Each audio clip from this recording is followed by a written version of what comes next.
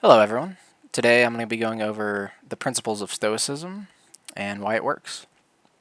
Now, this is something I've been recently getting into, and by recently I mean in like the last 2 weeks.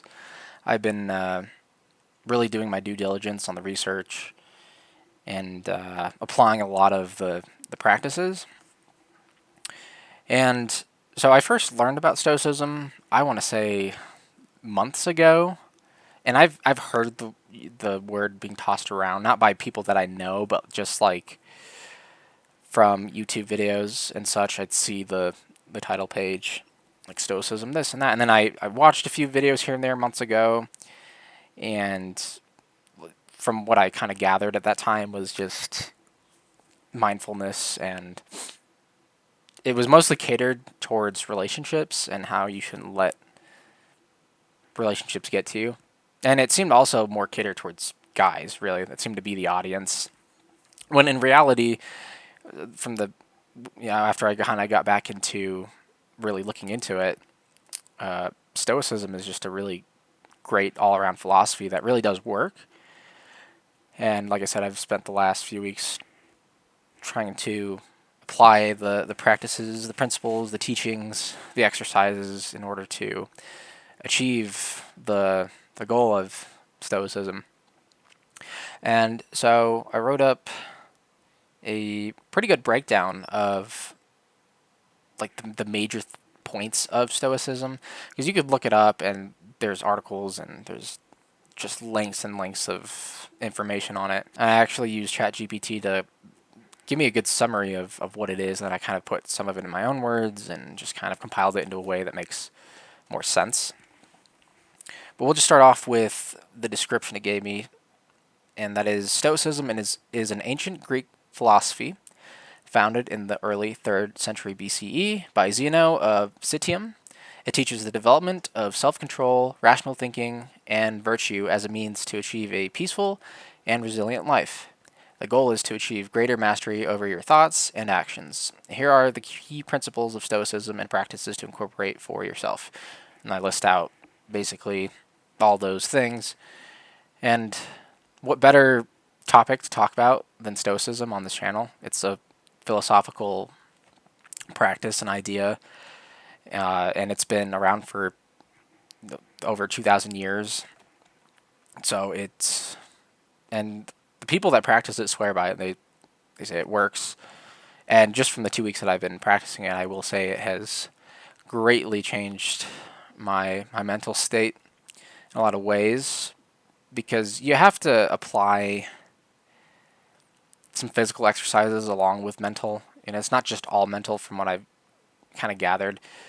I don't know. I've been on this whole kick about Hormetic stress exercises as well, and we'll get into that too. But I do think it ties in really well with Stoicism. I don't know if Stoics practice Hormetic stress exercises, which that's just basically putting your body and mind through something that's difficult, usually physically, but it is also a mental challenge as well.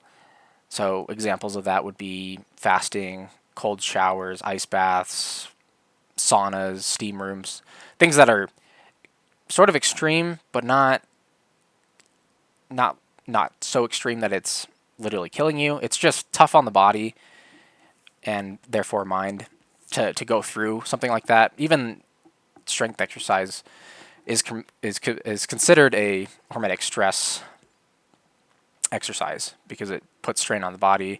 There's a lot of willpower that goes into it.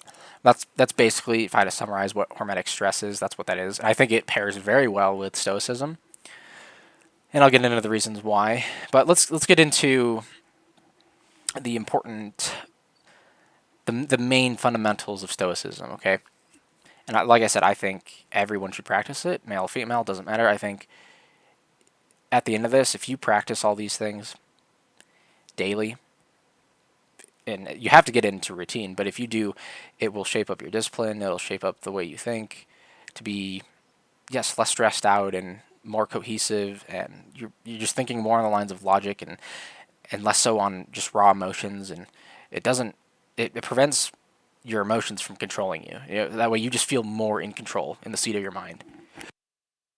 And I think everyone wants that. I can't imagine anyone that would love to be controlled by their emotions day in and day out. And I will say I've had issues with anger particularly. That seems to be like the go-to for when I get stressed out. Anyways, let's continue on. So one of the main principles is virtue is the highest good. What do they mean by that is, well, Stoics believe that living aligned with virtue in mind is the path to true happiness. Virtue refers to qualities like wisdom, courage, justice, and temperance. External factors like wealth, health, or social status are considered indifferent because they do not affect one's moral character. Going into the 4 cardinal virtues, that being wisdom, courage, justice, and temperance. So wisdom is the ability to discern what is right, true, and good. Wisdom allows a person to make sound decisions based on reason, not impulse or emotion. Courage, the ability to face challenges, difficulties, and danger with bravery and resilience. Courage allows you to act virtuously even in the face of fear, pain, or adversity. Justice, treating others fairly and with respect, fulfilling your social and moral obligations to others. Justice involves a commitment to doing what is right, not just for yourself, but for society as a whole. And temperance, the ability to control desires, impulses, and emotions. Temperance ensures that you act with moderation and balance, avoiding excess and indulgence. Really cool principles there, and virtues to live by, all which is right up my alley, honestly, not just from a philosophical standpoint, but just as who I am as a person. I always seek wisdom. Courage, to me, is just getting out of your comfort zone and getting into uncomfortable situations to grow your character, which is basically what they say, and I always strive to do that. And justice, I'm a very big justice person. If there's injustice, it bothers me like none other, and I have to advocate for what I believe is true and good and right for everyone. So seeing injustice, just it's one of those triggers for me. And then temperance, so practicing self-control, the impulse, emotions, all that stuff. That last category is something that I really need work on. I have a tendency to get really upset over stupid minor inconveniences, or if I'm playing a highly competitive video game like Overwatch, I can get really into it as well. Usually, I think that stems from failure, or just letting others down, I guess, if my performance isn't great. And also, I think stress derives from not feeling like you're in control, right? Like I know I can do better, I want to do better, and I just cannot perform well. And if usually one of those things causes the stress factor, and it causes me to tap into my angry side, and I don't like it at all, and I do think it needs some work. So, but 3 of the 4 things I practice daily for a long time. So when I was reading through Stoicism after ChatGPT broke it all down for me, I was like, this is exactly me. This is exactly what I like. This is what I do. I try to practice these things. Just that last piece is the temperance. But also, there's a lot of practices in Stoicism that I find really interesting that I think would help just kind of round me out a little bit more too. But after just reading that description, I was like, yes, this is something I can dive into and do, because I already practice a lot of it, or at least I try to. But that extra nugget of wisdom on what Stoicism brings and how it's broken down, I think helps out a lot too. So, getting into the next piece of Stoicism is self-reflection and continuous improvement. So, daily reflection is an important Stoic practice. They recommend examining your actions and thoughts each day to learn from mistakes and strive for continuous self-improvement. Something you can practice is at the end of each day, you reflect on your actions, thoughts, and emotions, and ask yourself whether you lived according to Stoic principles, where you acted virtuously, and where you fell short. And journaling may be a good way to keep record of this sort of thing. And that's what I found interesting, is journaling to kind of help. Anytime you're in moments of like, hey, I don't know if I really reacted to that in the best of ways according to Stoic practices, where you just kind of don't let things bother you, but that one thing really bothered me. If you just like journal and record all those instances, those triggers, and self-reflect, I think that's a eye opener. Never really thought to journal and reflect on my thoughts throughout the day, but I think that's good. I haven't started practicing journaling. I've just done more of the what's called a Stoic pause. We'll get into that later, but I just thought that was a really interesting thing. That's something you could do. I would encourage it. I think it works well.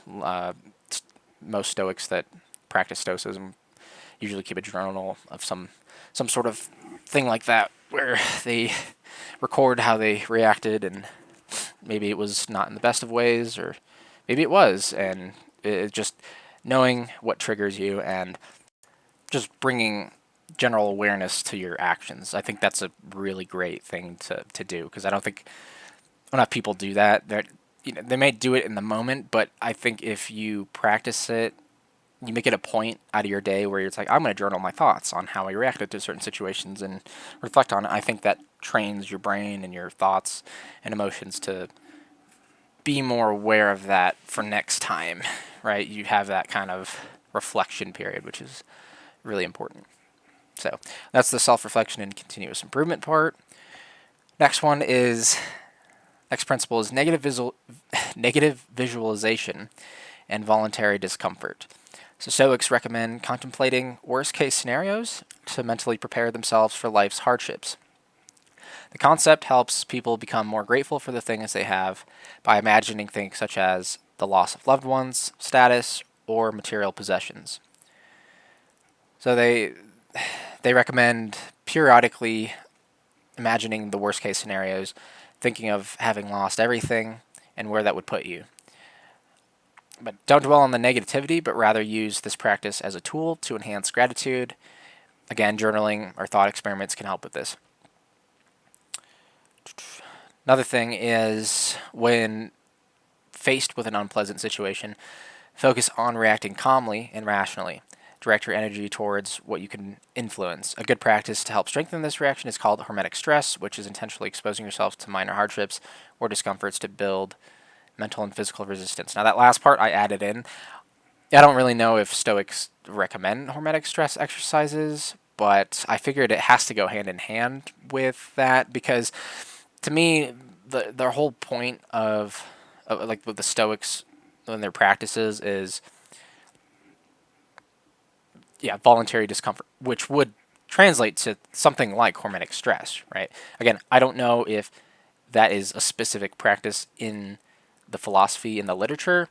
I don't know. I didn't see that part, and ChatGPT didn't mention it, but again, I kind of just assumed and added it in there as a nice bonus, because I think it really helps, and honestly, it does. And this negative visualization of just something that awful could happen. It's just kind of preparing yourself for these what if scenarios, because they may or may not happen, but if you just kind of practice the thought experiment of it, I think it does help ready the emotions and the thought process behind it. Like if your parents were to die all of a sudden, like prematurely, before you would have normally expected, of like old age, they died, in some other manner. And that kind of helps you just be more grateful of the things that you do have in the moment. That's really the teaching of it, is visualize not having anything, right? Worst case scenario this, worst case scenario that, losing your leg, losing your ability to sing, losing whatever it is that you're passionate about or that you have on a day-to-day basis you don't really think about, and just all of a sudden just losing it. Like, where would that put you? And it's gonna create gratitude. Again, you can journal those things, and just log things that you're grateful for every day.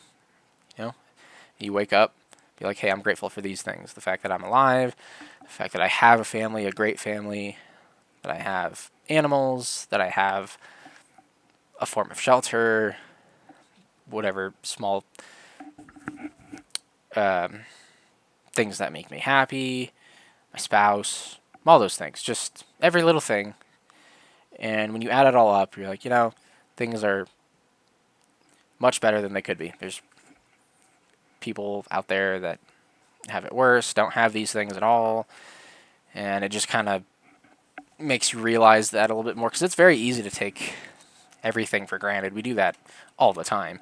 So taking time out of your day to realize those things, I think is a great practice. Just it it's the one way to combat that. Oh man, how do I feel grateful all the time? This is the way to do it, right? And going back to the voluntary discomfort and hormetic stress. So something that I've been practicing pretty regularly is cold showers. I've been doing that daily.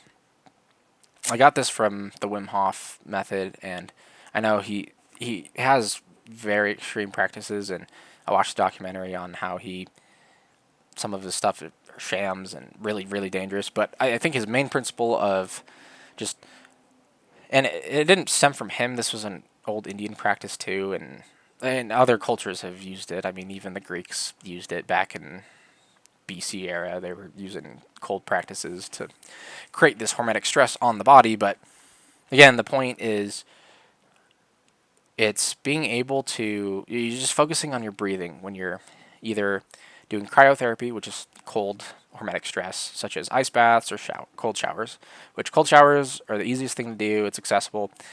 And I don't think it's necessary to have an ice bath. Like, I've done a lot of research on it, and there's just not enough evidence there to suggest that it would really do anything other than strengthen the mental capacity of like resilience and tolerance more so than what a cold shower would, right? But you get the same effect from either way. I think if you just want to ramp it up a little bit more, then you would do the ice baths, which is just a more extreme version.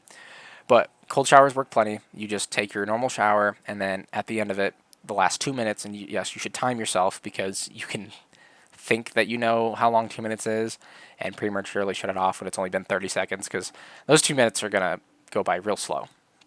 So set a timer for the last 2 minutes, crank it all the way down as cold as possible, and just let that cold consume you for the entire 2 minutes, and you just focus on your breathing. And it's not recommended for people with like health conditions, so just keep that in mind. But most people should be able to do this, tolerate it in a way that's not going to put them in danger.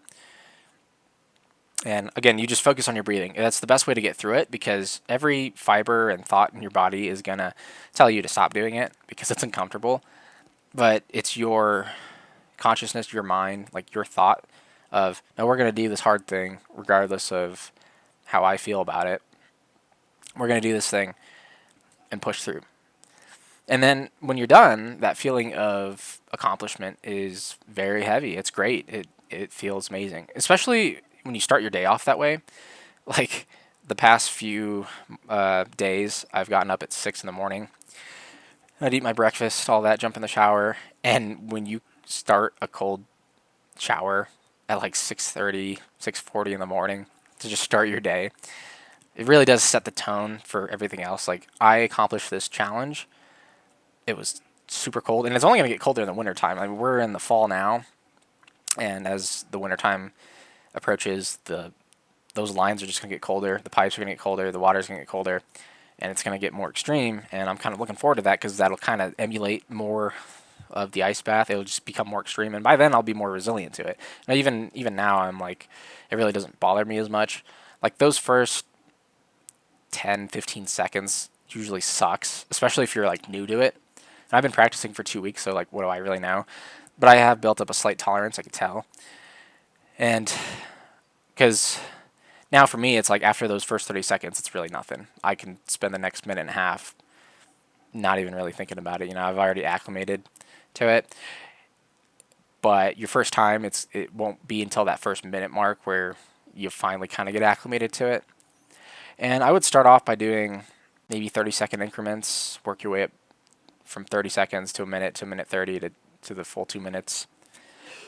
And you could do longer if you wanted, but I think 2 minutes is plenty to kind of get the benefit out of it.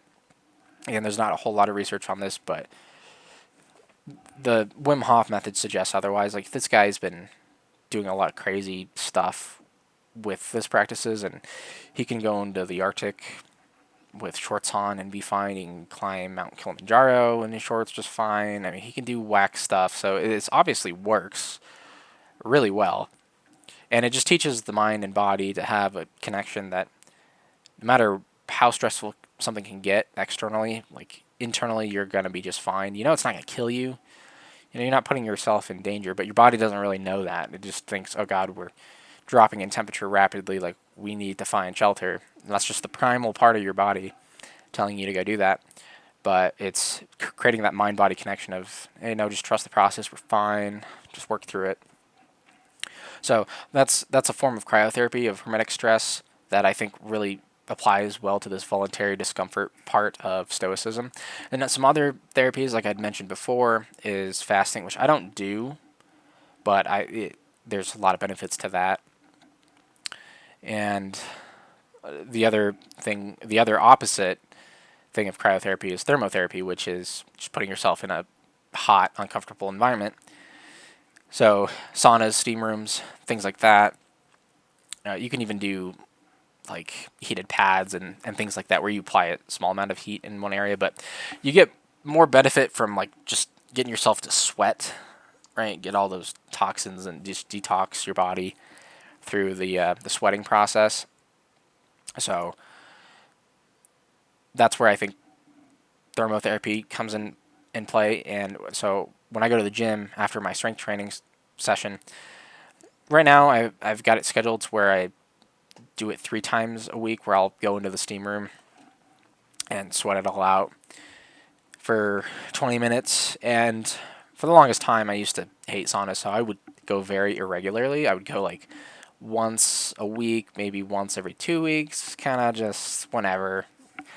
But lately, I've been incorporating both the steam room and the cold showers together, and I think that's created a lot of mental resilience for myself. I know it has, and it also creates physical resilience, right? Because I can tell you for sure that the sauna, for the longest time, I used to just really not like it. There were parts of it where I was like, oh, this is really relaxing, and that's what it's supposed to do. But when you spend over 5-10 minutes in there, you just cook in, so then it becomes miserable, and you're like, oh, fuck this. This is just way too hot. I don't like this. What am I doing? I'm going to give up. So you cut it prematurely. And you're really, if you want the benefits of what the sauna offers you, you got to spend well over 10 minutes in there. I think it's at I don't remember the temperature, but at a decent temperature for the whole period of time.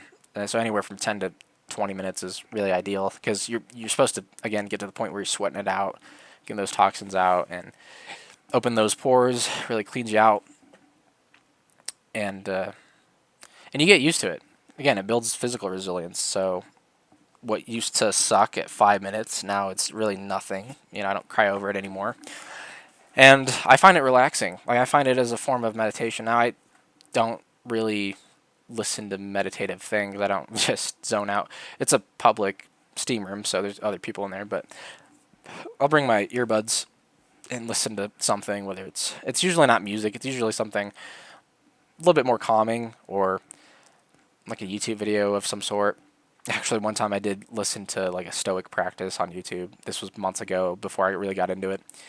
So something like that, where you just can ease your mind and just relax, and it becomes less of a chore and, oh, this sucks, and more of like, oh, this is what I look forward to. It's relaxing. Like, I look forward to it after my strength exercise. It's just a way to just not think about anything. Just let all your worries from day to day just go. You've got 20 minutes in there to just sweat it out, relax, be kind of in your head, not about anything in particular, just listening to whatever it is, meditating, whatever you want to do in there. But I think it's a great practice, and combined, it's helped me a lot. Like, I know I have benefited from these practices for sure. So now, other types of voluntary discomforts, because that it refers to, well, what I kind of interpret from it, because Stoicism is also about growth as well, just continuing to grow.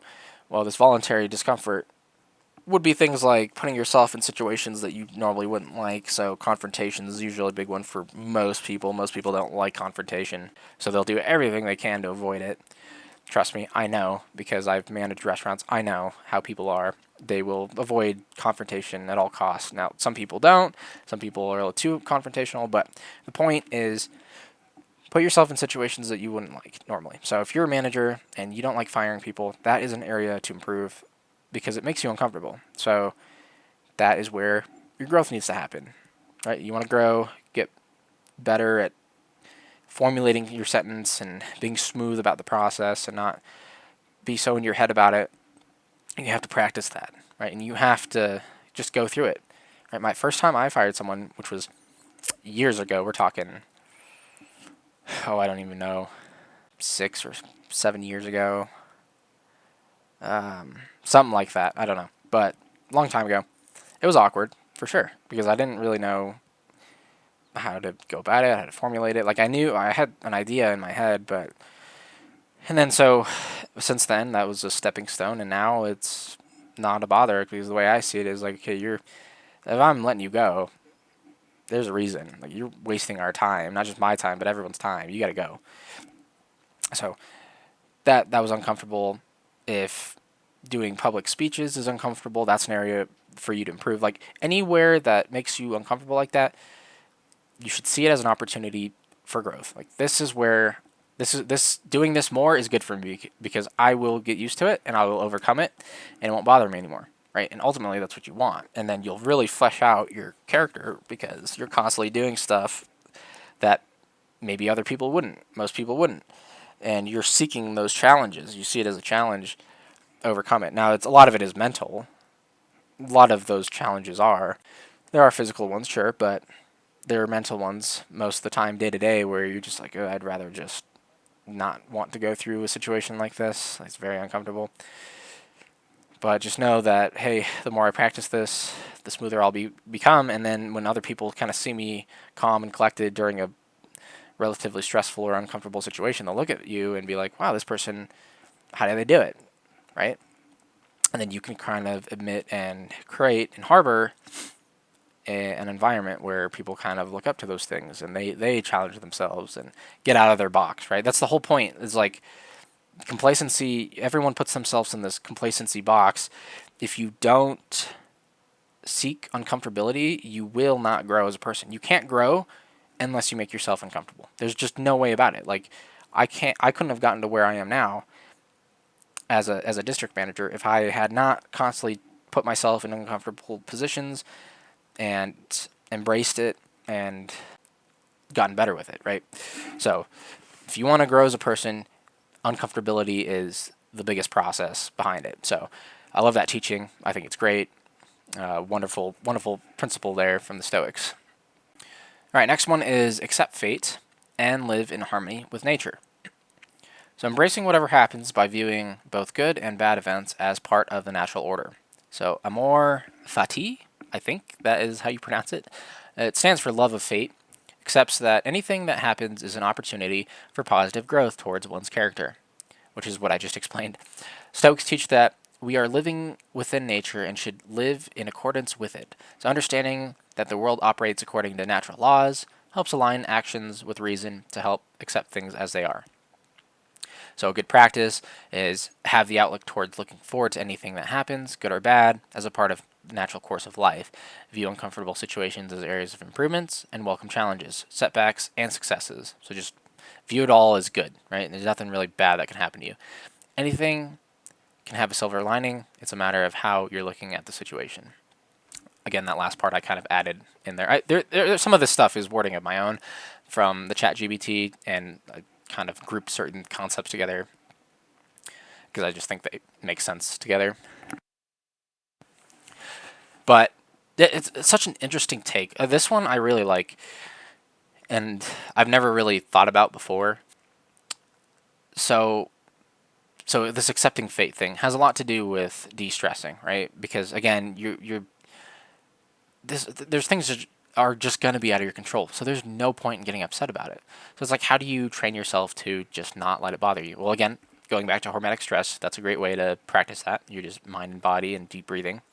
Deep breathing, I think in general, is a great way to just calm the hell down and really think through the process and not let your ego or your fear or anxiety or whatever negative emotion get the best of you. Because again, if you're driven by emotion, that's when you're being misled, right? So you have to do your best to align your thinking with rationale, logic.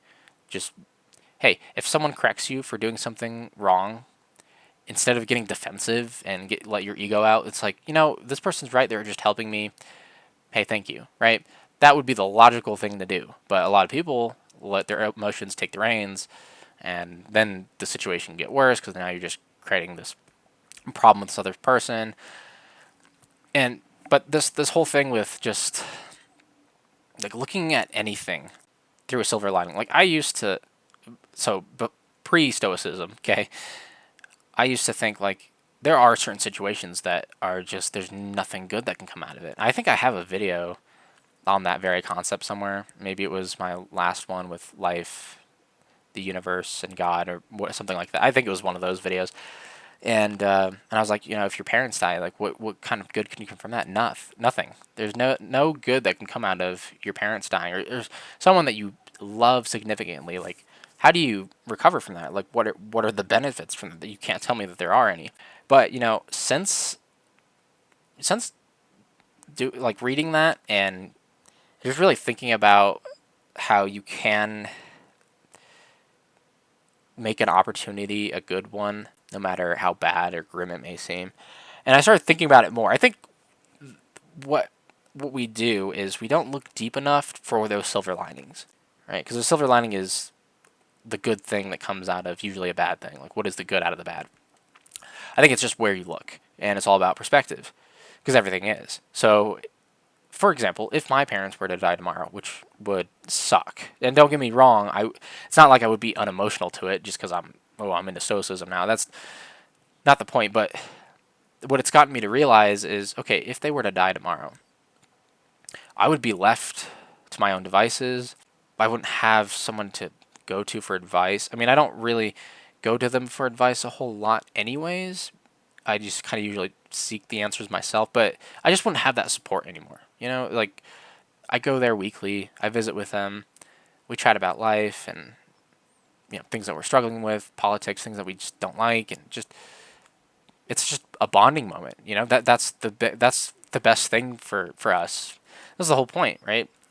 And to just lose that one day would be awful. And if it's tomorrow, then okay, what would be the silver lining? And that, while it would create more character growth, it's an uncomfortable situation, right? Like, I don't have this bond with my parents anymore, so how do I seek it? Like, what will I be more grateful for? I'll probably turn more towards my pets and love them even more and show them love that I never have before, because I'm aware that at a moment's notice they may not be there anymore, just like my parents. So I think it'll create a huge sense of gratitude going forward. Again, the remorse will be huge and the grief would be awful, but it would. I think I would have a much bigger and better appreciation for life as a whole, and any relationship going forward, I will cherish much harder. I think, just knowing that nothing is guaranteed, and so you have to live with those struggles. And then the other benefit that comes from it is that I can relate with loss to that level with other people and help others get through that and tell them how I got through it, and just navigating through other people's problems. Like I can then understand, because I can talk about all day about philosophy on how to get over certain grief cycles and this and that, but unless you go through something like that significant, for example, you can't really relate. That the relation part is very difficult. And I could say, oh yeah, I can understand how that would suck, but it's like, no, you don't really understand what it's like to lose both your parents at such a young age. Like, no one really can understand that, and so that would open a door for me to be kind of like a grief counselor, at least in that aspect, and people would appreciate that. I'm creating more positive out of the world off out of a bad situation, right? So there are positives. There are. It's just I never looked that deep. I never looked beyond the veil of that would just suck, right? But there are things. It's just how deep are you looking and what angles are you looking at it? Because chances are you're not looking deep enough. You're just kind of being like, yeah, this sucks. I hate it, and I would. There's no good that can come from it. It's like, well, I don't think you're digging deep enough. Really, just open up your perspective, your awareness, and that's how can you turn this into something that has become positive. And I think more often than not, after people go through a bad situation, they kind of realize it was good for them. Like everything that I've talked about so far in previous videos about breakups and mishaps and all these problems that I went through, it's like ultimately they were good for me. And I look at it that way, and I've talked about looking at it that way, and I still feel that way. Like, embrace the tough things that happen, the bad things that happen to you, because that is, again, where character growth will happen. You know, a situation doesn't necessarily have to be uncomfortable for you to be good for you. It can also be very bad for you to be good for you as well. Like, again, something that bad, you can, it grows calluses around your character. For good. I mean, it can be bad if you, there are, of course, people who, in a situation like that where both their parents die, they cave in, they become reclusive, and they start indulging in really bad things. But I think if your character's strong, if you have a good sense of direction within yourself, then you'll be just fine, right? And you'll know how strong the silver lining was from that event. Because when you look at things like, hey, that bad thing that happened to me, I'm grateful that it happened, because other people that hasn't happened to, when it does happen to them much later in life, they're going to get hit like a wrecking ball, and it's going to suck way later. So it's a good thing I'm getting it out of the way now. That's the way I'd look at it, is this bad thing was good for me, especially it happening now, because if it happened later, it probably would have sucked more, right? You kind of learn the hard way or whatever. And so, yeah, very, very interesting practice there. I like the accept fate thing.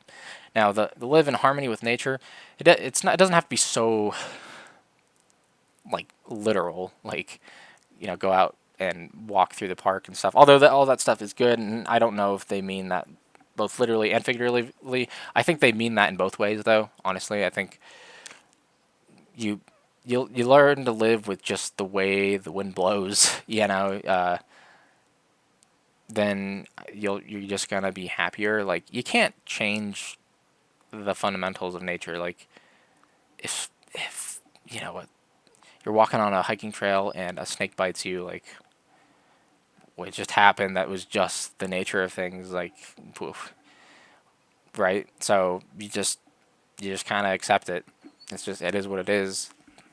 So I don't think it doesn't have to necessarily, again, be literal, but like, just the concept of things will just happen, right? And just know that and don't fight it, right? Okay, so this last concept is focus on what you can control. So a core teaching of Stoics is to focus on things within our control, such as thoughts, actions, and attitudes.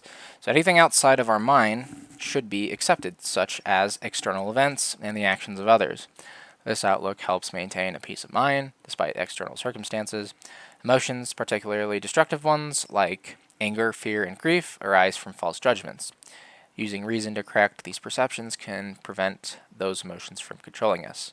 Right, so the anger, fear, grief, those are negative emotions. The practice, the Stoic pause, right? This is what I was talking about earlier. So when faced with a challenging situation, practice the Stoic pause. Before reacting emotionally or impulsively, take a moment to breathe, reflect on the situation, and choose a rational response. So I think, again, going back to the Hormetic stressors, those kind of things help bring about the pause. I've noticed a lot more that when I start to get frustrated, I immediately start thinking about, okay, wait, hold on, right? I pause and I breathe. When before it was so reactionary, I would just get so mad immediately. Like, there was no, like, hold on, pump the brakes. There was no, like, me getting in control of myself. It was just the raw emotion taking over my character. Like it's not me. Like, just something just takes over. Where this helps interject that process, because I'm practicing it daily with cold showers and every other day with the steam room, that I'm so basically it's a meditative practice. That's what Hormetic stress kind of really is. It's a form of meditation as well. You can kind of put it in that category of just your thoughts, your mind, your body, and just sinking it all into one thing, right? Just focusing on breathing. We're doing this. We're having me time, right? This is a me time moment, and just practicing that, and you really come to understand yourself really well. So yeah, again, that has allowed me to interject and put that pause button there before my emotions start to get out of control, because you practice it so much. So yes, it has real power over these practices. These isn't just voodoo stuff, placebo effect, this and that. Like, this works really well. Again, hormetic stress is not a part of Stoicism. Like, it's not. I don't think it's in the writings of it. Like, oh hey, you should practice hormetic stress. It's just saying find a way to calm yourself down. And this is, to me, hormetic stress works. It does. Like, I don't see it not working. It obviously has worked. And even if it is placebo effect, let's just say it is, even though it's not. Who the hell cares? If it works, it works. Like, who cares? I know it's not, because it has been helping, and to me, that's a science. Like, and when you really break it down like that, it makes sense. You're creating a regular response of breathe, breathe, breathe. And when you practice it so much, then when a stressful situation happens, then you just go to it, because it's so like, oh, your body's like, oh, this is stressful. What do we do? And it's like, well, usually when we're stressed out, we just breathe, right? So you create that interjection, put yourself in control again. Don't let your emotions take over. So yeah, the Stoic pause is great. I would recommend, to get to that point, hormetic stressors, right? And by the way, let's kind of dive into the hormetic stress a little bit more. So let's just dive in a little bit more specific and more in detail, so you guys don't have to do your own research on this and find other things. You could just kind of sit tight here and listen. So, benefits of cryotherapy, or cold therapy, if you want to call it that. So, cryotherapy is the use of very cold mechanisms on the body to gain healthy benefits. There are some good studies on its positive effects for people. Again, there are some wild claims out there that it'll like cure cancer and do all sorts of stuff like that, which I don't think is true. So let's list off some of the possible benefits of this stuff, right? Anti-aging effects. I would take that with a grain of salt. I don't really know, but apparently the improved circulation and reduction in the inflammation may promote healthier skin over time, potentially reducing the appearance of lines or wrinkles. And the cold constricts blood vessels, which helps reduce swelling and puffiness in the skin. And when the body warms up after the bath, blood flow increases, delivering more oxygen and nutrients to the skin, potentially improving its appearance. Cold water also helps with hair health by making it shinier, by sealing the hair cuticles, and locking in moisture and preventing fizz, making the hair appear healthier. This also leads to stronger hair and reduces hair loss. Okay, again, this is what ChatGPT wrote up for me, so I tend to believe where it's getting its sources from, because it's also not like saying that certain things are 100%. Like, it did put in the stipulation that it may do this, it may do that, but when you break down like the science behind it, more or less, like that it constricts blood flow because of the cold, and then when you put yourself in a warm environment again, it helps kind of like rush the blood again. Like, this all makes sense from like a scientific standpoint. Whether or not it actually is doing that, I don't know, but it sounds like it would. Makes sense. I don't know. I would take that with a grain of salt. There's a potential of immune system boost. So cold exposure stimulates the production of white blood cells, which helps strengthen the immune system. Over time, regular cold showers or baths can help your body become more efficient at fighting off infections and illnesses. This one, I would say, is catering more towards the truth, because Wim Hof, the Iceman, he's able to do incredible shit just beyond extreme temperatures. I mean, he can do desert marathon runs with no water. He can do, like I was talking about, Mount Kilimanjaro in his shorts. Whack shit.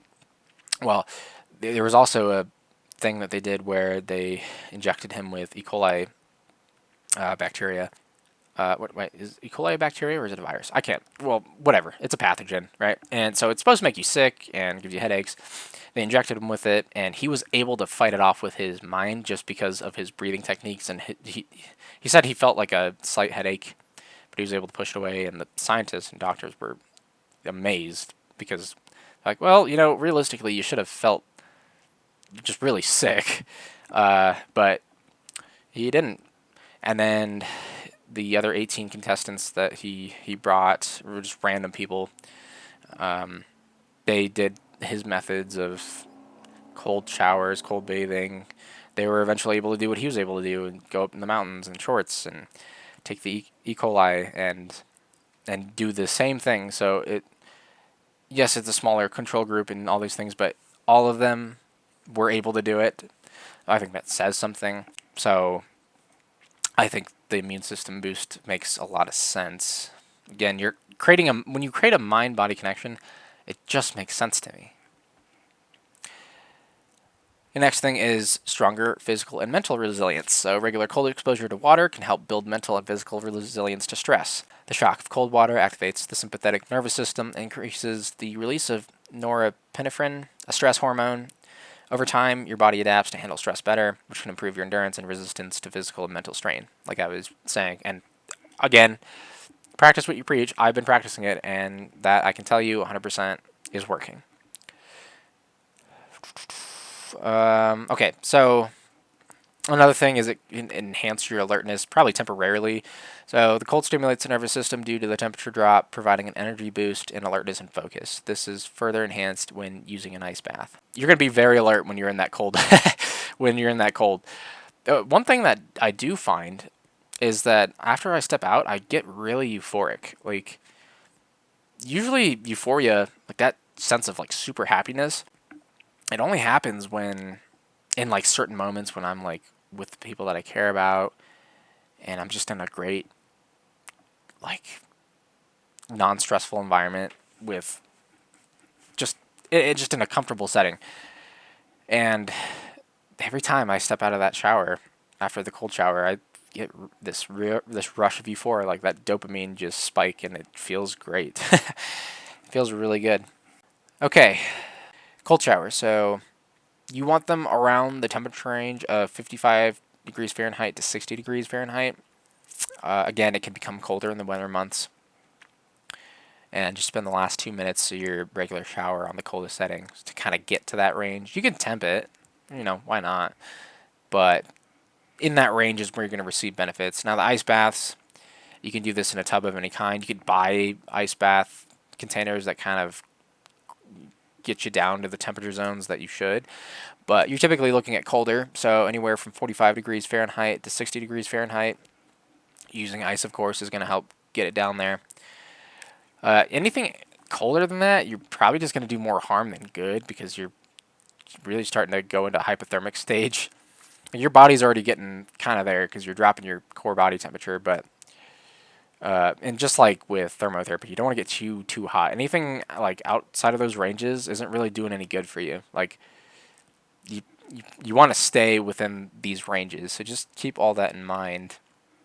And again, I think ice baths aren't bad. I just don't think they're all cracked up as they seem to be. Like, I think if you're again looking for I think 100%, 100% that they would be good for mind body resilience.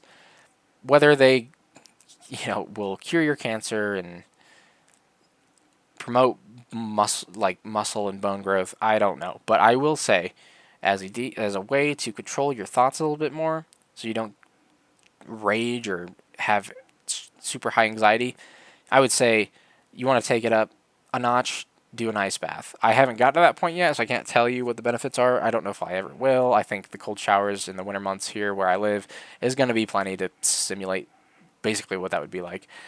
I don't really feel like I'm going to have to take it any further, but I would say that it probably does benefit you more in those areas that I described if you were to do an ice bath, because it's just a more extreme version of that. So you're probably going to build more mind and body resilience than you ever did. Just like Wim Hof. Again, he's a perfect example of all this. He's not the exception.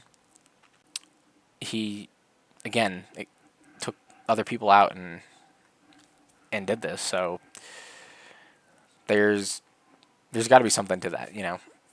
Now, again, I know lately he's gotten into more extreme stuff, and he kind of seems to be an extreme dude that's kind of going on the deep end. But his main philosophy, his main practices, I do think they hold weight. I absolutely do. I think they work fine, and I think you guys should try it. Like, what's the worst that's going to happen? Like, don't you're not going to get yourself killed doing these things unless you're doing well. So what he promotes is like this hyperventilation. Don't do that because you make yourself pass out. Don't do that. Just practice on deep breathing. Put yourself under a lot of stress and just fight through it. Tell yourself, I'm going to do this.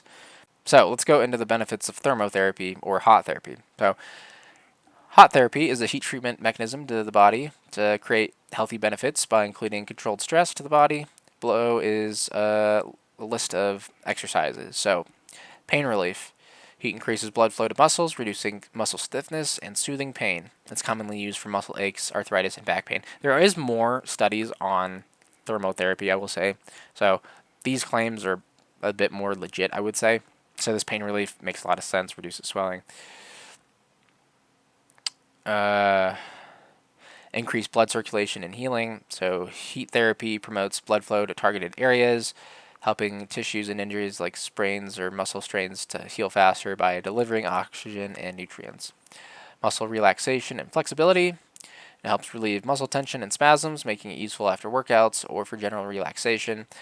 This also increases muscle elasticity, improving range of motion and reducing the risk of injury during physical activities. Stress relief. The warmth provided by thermotherapy can have a calming effect, reducing stress and promoting relaxation. Detoxification and skin cleansing. So techniques like saunas or hot baths induce sweating, which can help eliminate toxins from the body.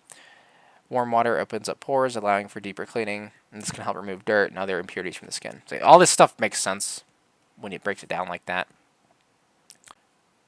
Okay, so as far as like, okay, if I'm going to do a steam room or a sauna, which are two different things, by the way, so what is the ideal conditions for this, right? So a steam room, it uses wet heat, so the source such as boiling water to produce heat.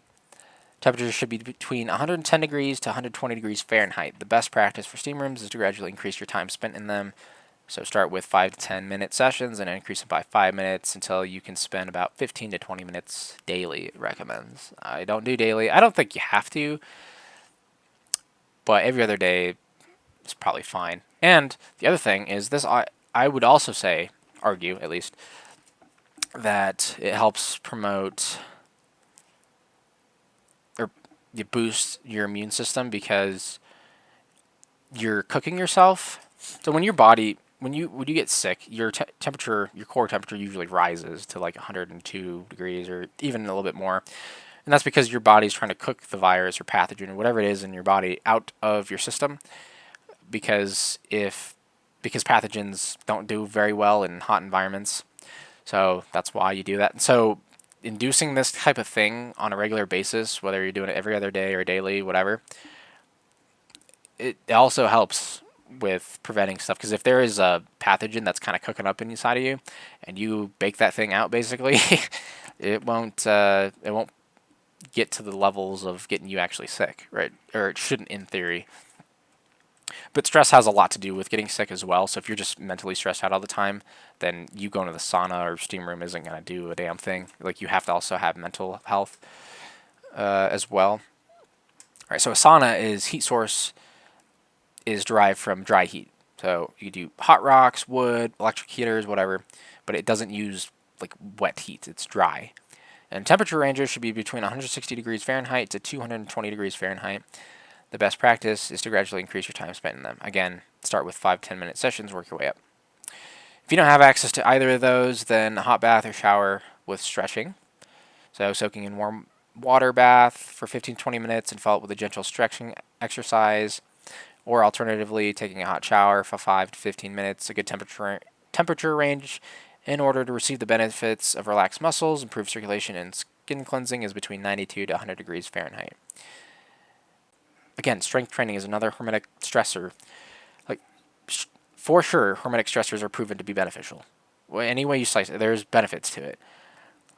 And the gym is another one. It's like, okay, I'm breaking down muscle. My body is sore. It doesn't like this. My mind, I'd rather be doing other things because, going to the gym is hard and lifting weights is hard and I get all sweaty and I get tired and I go through a lot of water. You can put every excuse under the sun, but when you do the hard thing, man, you can do just about anything else. Like nothing is going to stop you if you can do all these things, incorporate it into your daily routine. So just do it.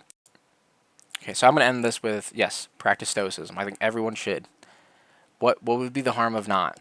It seems all sound to me. It makes perfect sense to practice the Stoic ways, incorporate the Hormetic stresses to enhance some of these practices and get you where you want.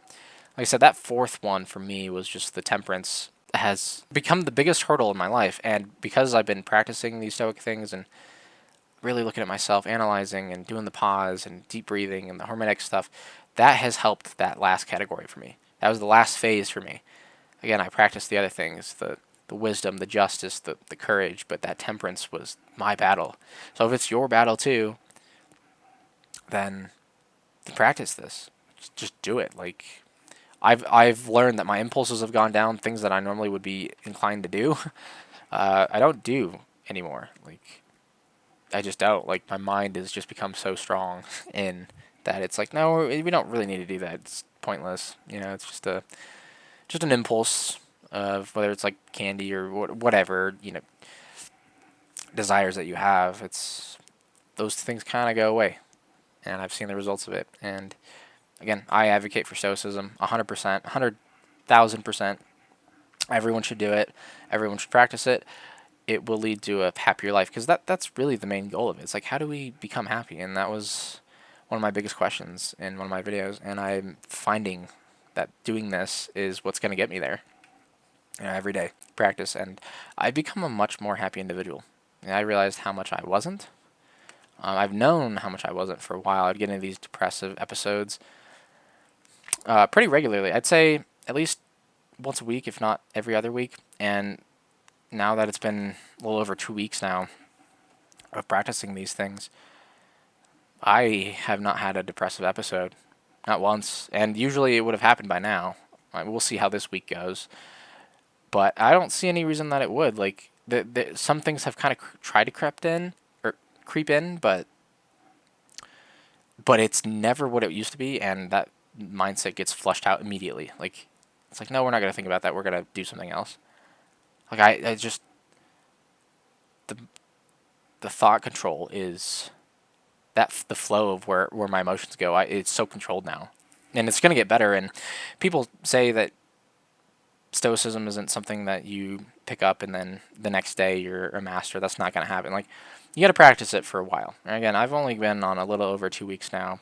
We'll see what it looks like in a few months, a few years. I'm excited to see where this can go because I think I'm going to get to a point where it's like I really have so much control over myself. Like, this is still a very new thing for me, and the more I practice it, I know it's just going to get better. Like, I've already seen the results of it. I have not been nearly as angry as I've ever been. Like, seriously, it is crazy, and I love it, and I want to continue being happy. I don't want to get stressed out. I don't want to let things stress me out, and it's working really, really well.